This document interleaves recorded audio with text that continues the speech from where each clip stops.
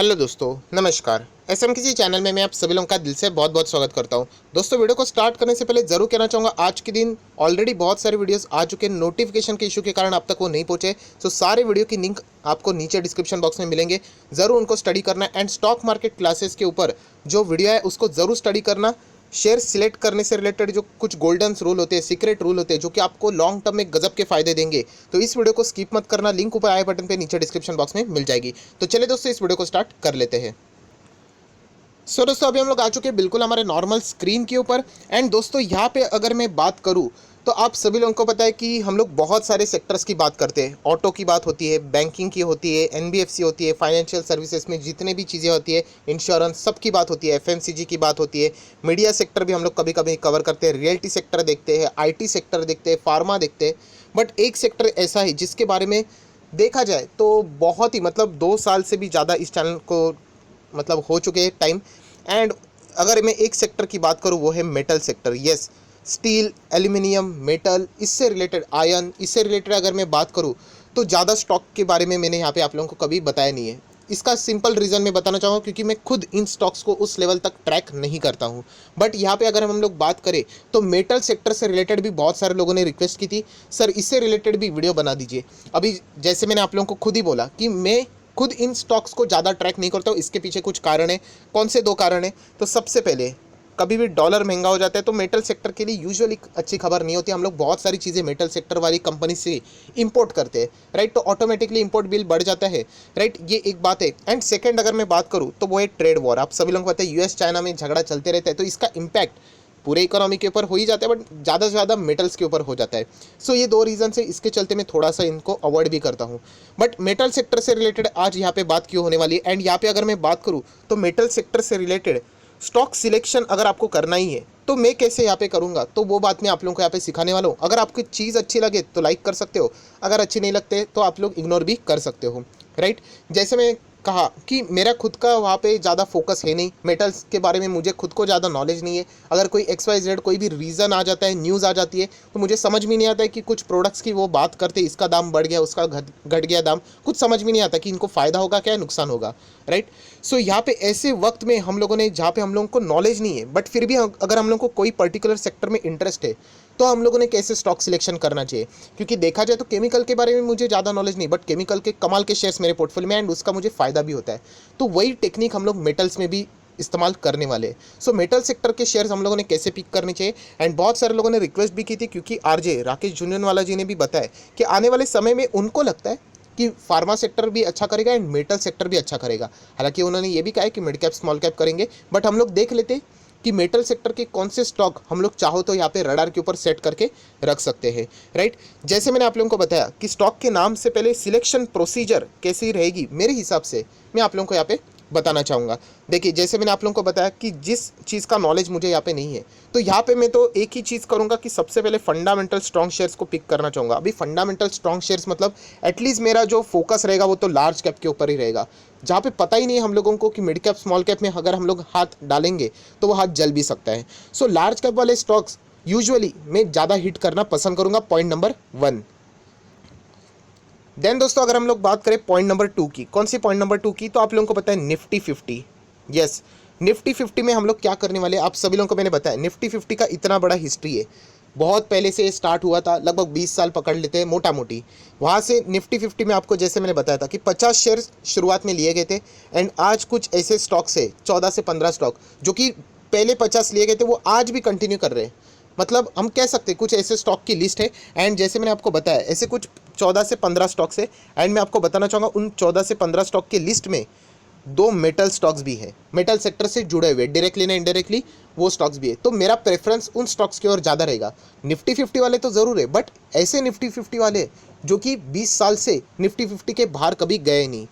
हाँ, मेरा selection procedure ये गलत हो सकता है, इससे कोई हम लोग स्टॉक को डिसाइड कभी नहीं करते, बट जैसे मैंने कहा कि नॉलेज ही नहीं है हम लोगों को, तो क्या करें, इतना बड़ा क्वेश्चन मार्क रहता है। तो इतना तो हम लोग को पता चलता है कि निफ्टी 50 में रहना इतना सिंपल नहीं है, 6 क्राइटेरिया मेंटेन करना पड़ता है। मैंने इससे रिलेटेड वीडियो भी बनाया था कि निफ्टी 50 में कौन से शेयर एंटर कर सकते, 6 क्राइटेरिया रहते। वो वीडियो देखने तो ऊपर आई बटन पे आप लोग देख सकते हो। सो ये कंपनी 20 साल हो गए निफ्टी 50 में है, शुरुआत से लेके अभी तक, वो 6 क्राइटेरिया को फुलफिल कर रहे हैं। बात तो इनमें ज़रूर कुछ होगी ही होगी, राइट। रिटर्न मिलते हैं कि नहीं वो तो बात की बात है, बट सेफ्टी के हिसाब से हम लोग ये दो स्टॉक्स की बात यहाँ पे पहले कर सकते हैं, राइट। तो ये तो पॉइंट हम लोग को पकड़ में यहाँ पे आ गया। एंड उसके बाद और एक स्टॉक मैं आपको बताने वाला हूँ जिसको आप चाहो तो भी रडार के ऊपर सेट करके रख सकते हो। तो लॉजिक कोई रॉकेट साइंस वाला मैंने बताया नहीं, बहुत ही सिंपल सा लॉजिक यहाँ पे मैंने बताया। एंड उसी के चलते पहले दो स्टॉक्स के बारे में हम लोग बात करने वाले हैं।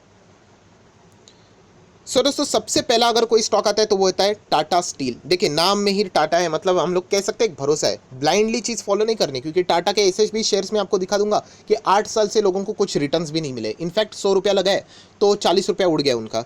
सो ये ब्लाइंडली फॉलो नहीं करना है, बट चलो टाटा एक नाम तो है, निफ्टी 50 का शेयर है। एंड निफ्टी 50 जैसे जब से स्टार्ट हुआ था, इनिशिएट हुआ था, तब से लेके आज तक ये कंपनी निफ्टी 50 का पार्ट है। सो हम लोग जरूर कह सकते हैं कि टाटा स्टील के ऊपर हम लोग यहाँ पे फोकस रख सकते हैं। 924 का स्टॉक देखने को मिल रहा है, बट यहाँ पे वॉलेटिलिटी देख लेना, गजब की वॉलेटिलिटी, अप्स एंड डाउन्स देख लेना, बहुत ही भयंकर, राइट। जैसे मैंने आप लोगों को कहा था कि मेटल सेक्टर में रिटर्न्स मिलते हैं, बट उस हिसाब से मुझे नजर नहीं आते स्टॉक्स कि रिटर्न दे पाए। मैं फंडामेंटल स्ट्रॉन्ग शेयर की बात कर रहा हूँ, कुछ रिस्की स्टॉक जरूर यहाँ पे रिटर्न देते, 200, 400, 500, 700% तक के भी रिटर्न दे चुके हैं। बट अगर मैं बात करूँ जिस सेक्टर की मुझे नॉलेज नहीं है, तो मैं सेफ्टी के साथ ही आगे बढ़ना चाहूँगा। सो टाटा स्टील की ओर मैं यहाँ पे फोकस ज़रूर रख सकता हूँ। हालांकि अगर हम लोग देखेंगे, ये तो मतलब बोलने के लिए लार्ज कैप है, इसका तो पूरा हरकत है तो मिड कैप वाली है, स्मॉल कैप वाली है, मतलब बहुत ज़्यादा वॉलेटिलिटी है। आज टॉप पे है, कभी भी यहाँ पे मतलब हिस्ट्री बताती है कि ये स्टॉक 1, 2, 3, 4 बार टॉप पे जाने के बाद मिनिमम अगर मैं रफली भी देखूँ 30-40% तो करेक्ट करता ही है, क्रैश होता ही है। सो हम लोग अभी भी टॉप पे ही है, तो कभी भी एक गिर भी सकता है। सो टाटा स्टील ये रडार पे रहेगा। मेटल सेक्टर की अगर मैं बात करूँ, क्योंकि निफ्टी 50 वाला है, पुराना है, टाटा नाम से जुड़ा हुआ है, तो ये ऊपर से अगर मैं बोल दूं तो ये आप लोगों के रडार पे रहना चाहिए, ऐसा मैं यहाँ पे बोल सकता हूँ। फॉर्मेलिटी के हिसाब से बात करें, टाटा स्टील की 13% की डिलीवरीज देखने को मिल रही है। कंपनी इन्फॉर्मेशन फटाफट कवर कर लेते हैं, शेयर होल्डिंग पैटर्न देख लेते हैं। 34% प्रमोटर के पास है।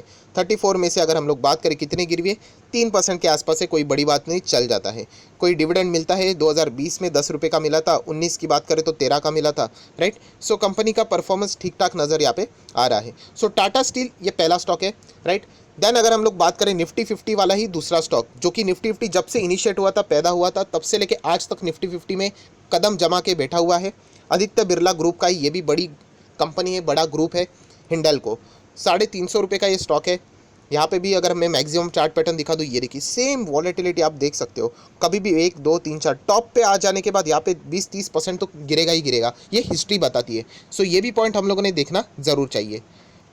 देखा जाए तो ये भी लार्ज कैप कंपनी है। एंड जैसे मैंने कहा निफ्टी 50 जब से स्टार्ट हुआ था आज तक ये निफ्टी 50 से बाहर नहीं गए, तो इसीलिए ये स्टॉक मैं आप लोगों को यहाँ पे बता रहा हूँ। मैं कोई रिकमेंडेशन नहीं दे रहा हूँ कि जाके निवेश कर दो करके, क्या, क्योंकि हम लोग देख सकते हैं यहाँ पे बहुत ज़्यादा वॉलेटिलिटी है।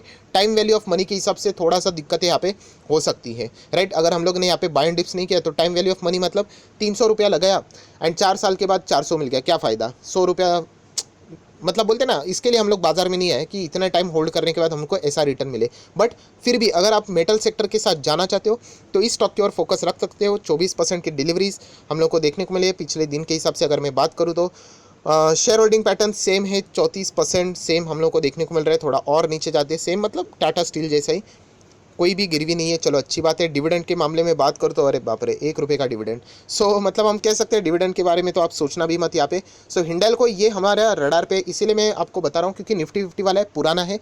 एंड सेक्टर के बारे में मुझे नॉलेज नहीं है, तो ऑब्वियसली मैं टॉप लेवल के स्टॉक्स के ऊपर ही नज़र रखना पसंद ज़रूर करूँगा।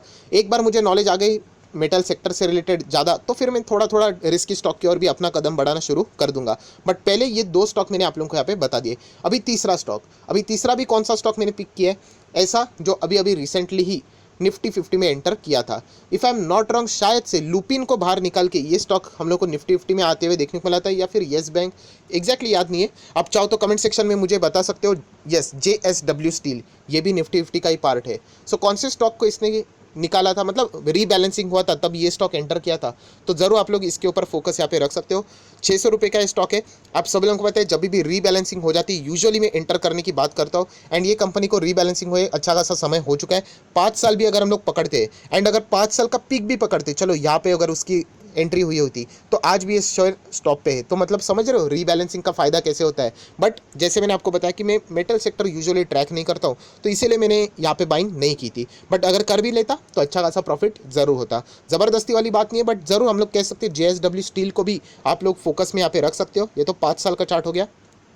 मैक्सिमम चार्ट पैटर्न भी आप देख सकते हो, अच्छा खासा जंप यहाँ पे दिखा रहा है। ये भी लार्ज कैप कंपनी है।